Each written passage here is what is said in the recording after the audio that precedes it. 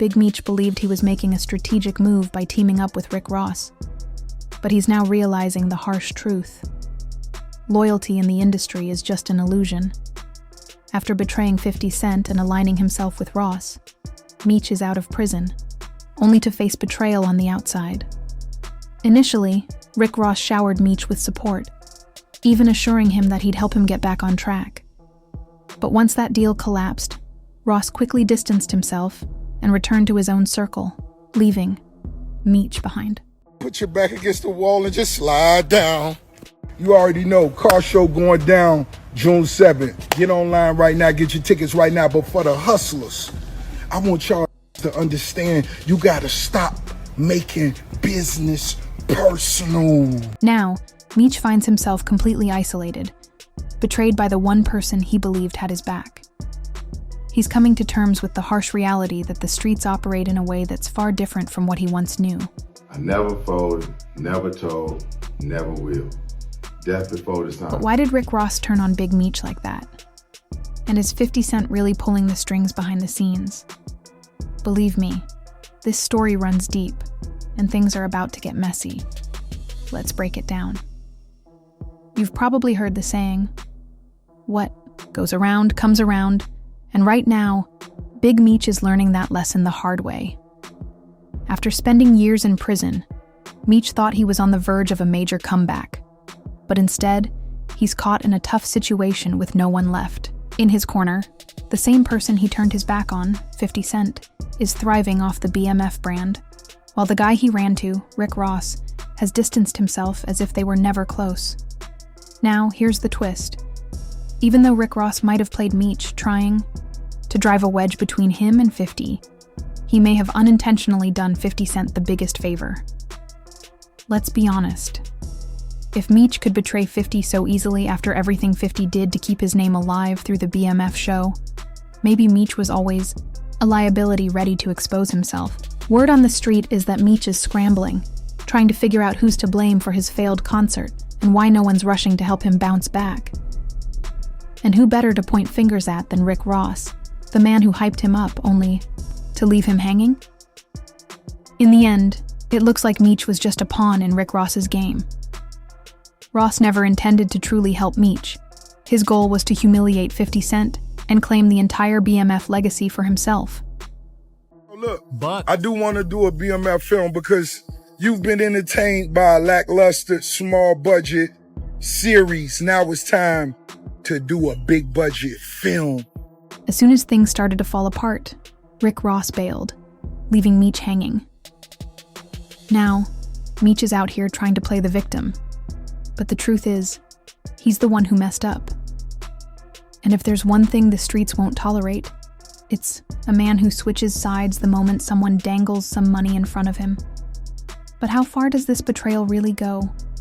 And is 50 Cent just sitting back, grinning, knowing he got rid of a snake without even lifting a finger? Word on the street is that 50 might have had a hand in shutting down Meech's big comeback concert. People are going to be disappointed when artists like Lil Baby, Skills, and V don't show up, leaving Meech hanging. But let's be real. Why would 50 need to get his hands dirty when Meech was already setting himself up for failure? The snitching rumors were already circulating, and the concert gave off a vibe of desperation rather than a solid legacy. If there's one thing 50 knows how to do, it's sit back and watch his enemies self-destruct. Just 2 hours before the show was supposed to kick off, the Amaret Bank Arena pulled the plug unexpectedly. Their official statement said, "Due to unforeseen circumstances, tonight's show has been canceled. Refunds will be issued at the point of purchase." No explanation, no heads up, just pure embarrassment for Meech. And who was sitting back, watching it all unfold as if he knew exactly how it would play out? 50 Cent.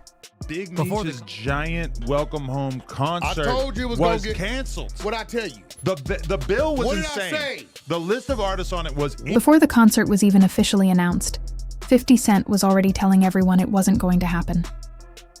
And now that he's been proven right, he's doing what he does best, being the pettiest villain in the game. He posted the cancellation flyer like it was a Grammy win, with a slick caption that practically screamed victory. "I had nothing to do with this. Please stop calling me." I sincerely hope you have a nice day. Happy Valentine's Day. I'm stronger than you think. If you believe that, I've got a bridge in Brooklyn to sell you, because 50 doesn't deny anything. He just makes sure everyone knows he's always a step ahead. Then he posted again on Instagram, acting all apologetic. If you bought an outfit and were ready to turn up, I apologize for whoever's responsible. Now, that's pure villain behavior. But the final blow came when a fan directly accused 50 of shutting down the event. His rep responded saying, "I apologize for your trip to Miami, but been playing with me. Let's build when you get back to the city." At this point, 50's playing chess while everyone else is still stuck trying to roll the dice. Meanwhile, Big Meech is scrambling to find someone to blame. The reality is, he played himself. Rick Ross set him up. 50 washed his hands clean, and now Meech is left all alone with no concert, no friends, and no one to clean up his mess. At the end of the day, Big Meech is left empty-handed. He's out of the loop, while 50 Cent stands firm with no support, no loyalty, and definitely no backing for Meech's family. On top of that, let's not forget Lil Meech. He just lost his job. Lil Meech tried to use the loyalty card with 50 to keep the concert alive, but that didn't work. Season 4 of BMF was canceled, and it's easy to see why. Recently, 50 posted Lil Meech's private messages, which quickly became the talk of the town. In these texts, Lil Meech claimed he'd give 50 the shirt off his back while defending his father's relationship with Rick Ross. The shocking part? Lil Meech admitted that Ross gave Big Meech money to cover his bills until the next season of BMFE starts. Big Meech didn't just team up with 50 Cent's biggest rival, he's now financially dependent on Rick Ross. Ross seems to be manipulating the situation, offering financial support while widening the gap between Big Meech and 50. The game also weighed in, criticizing Lil Meech for not sticking by his father, suggesting he should have been unwavering in his loyalty to the BMF legacy. The game pointed out that Lil Meech should have stood firm with his father and not let Rick Ross come between them. Cent, observing all this, can't help but make jabs at Big Meech. He's now directly criticizing Meech's parenting, questioning why Rick Ross, who's now aligned with Big Meech, didn't help Lil Meech when it truly mattered. 50 pointed out that while Ross and his circle did nothing for Lil Meech's future, it was 50 who paid for his acting classes and helped him get into the industry. 50 even called out Big Meech for not prioritizing his son's success, and instead focusing on playing the role of the Black Pablo Escobar, which ultimately ruined things for his son. This situation has escalated from a rap feud to full-blown betrayal. Big Meech, once supported by 50 Cent, made choices that pushed him into further isolation. Now the damage is done, and 50 Cent is making it clear he's not forgetting. The beef with Rick Ross adds another layer of chaos to the situation. Their conflict stretches all the way back to 2008, marked by diss tracks, legal battles, and a high-profile lawsuit that cost $57 million. Ross took another shot last year, calling 50 broke.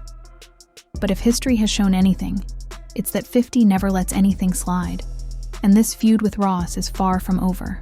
I can't believe a stand-up dude doing his time would suddenly say, "I don't want to be here no more. I'm gonna become a rat." The drama is now escalating beyond just bruised egos. It's putting 50 Cent's business on the line. Rumor has it that this might be the final season of BMF, a show that's part of his $150 million deal with Stars. Walking away from that kind of money would devastate most people, but 50 Cent is known for playing the long game. If he built it once, he can rebuild it again. Because once you betray him, there's no coming back from it. This is where the situation starts to look really murky. 50 Cent didn't just randomly throw out the snitching rumors. Whispers about Big Meech potentially cutting a deal with the feds have been circulating for quite some time, even before the allegations from 50 started making waves. There were already suspicions that Meech might have flipped, and at the center of it all was Tammy Cowens, a woman Meech once called a close friend, but was also known to be a federal informant. Tammy allegedly played a pivotal role in helping Meech negotiate a deal that reduced his sentence. But let's be real. Meech wasn't getting out of prison early without giving up something significant in return. And that something was his longtime business partner and friend, Dion Gatling, better known as Cuffy. In 2011, around that time, Meech reached out to my dad in regards to creating a BMF. Cuffy and Big Meech had been close for years, running a business together long before Meech was imprisoned. However, according to Cuffy's daughter, Tamara Gatling, their family was completely blindsided when they found out Meech was the one who set Cuffy up. Back in 2011, Meech reached out to Cuffy about creating a BMF Yash movie. But it wasn't until they pieced things together that they realized one of the confidential informants involved in the case kept bringing up Big Meech's name. Things got even murkier from there. To smooth things over, Meech personally connected Cuffy with Tammy Cowens, who wasn't just any associate. She was Meech's power of attorney and held the rights to his life story. Cuffy, trusting his old friend, thought he was stepping into a legitimate business deal, but instead, he ended up behind bars. Once the documents started coming through, it became clear that the confidential informant, or CS1, was none other than Tammy Cowens. But everyone knew that Tammy wasn't making moves without Meech's approval. When the Gatling family confronted Meech about what had happened, he brushed them off, claiming it was all just a misunderstanding. However, as they dug deeper, the truth started to surface. While Tammy might have been the one wearing the wire, it was impossible she was operating without Meech's knowledge. In the end, Cuffy took the fall, while Meech walked free, showing that all the talk about loyalty and brotherhood meant nothing when the feds showed up. Even with all the evidence pointing to him, some people still went to great lengths to defend Big Meech. Right on cue, young Buck jumped in, trying to defend Meech as if this was his last chance to stay relevant. This entire situation is quickly turning into one of the messiest betrayals in hip-hop in recent memory. Big Meech thought loyalty was everything, but it turned out the people he trusted were playing both sides. Now, with Rick Ross aligning himself with 50 Cent and Lil Meech struggling, it's clear that the entire BMF legacy is falling apart right before our eyes. So what do you all think? Did Big Meech bring this on himself by turning on his own people? Or is 50 just exposing the truth that everyone else was too afraid to speak out about? Drop your thoughts in the comments, and don't forget to like and subscribe for all the latest updates. This drama is far from over, so stay tuned.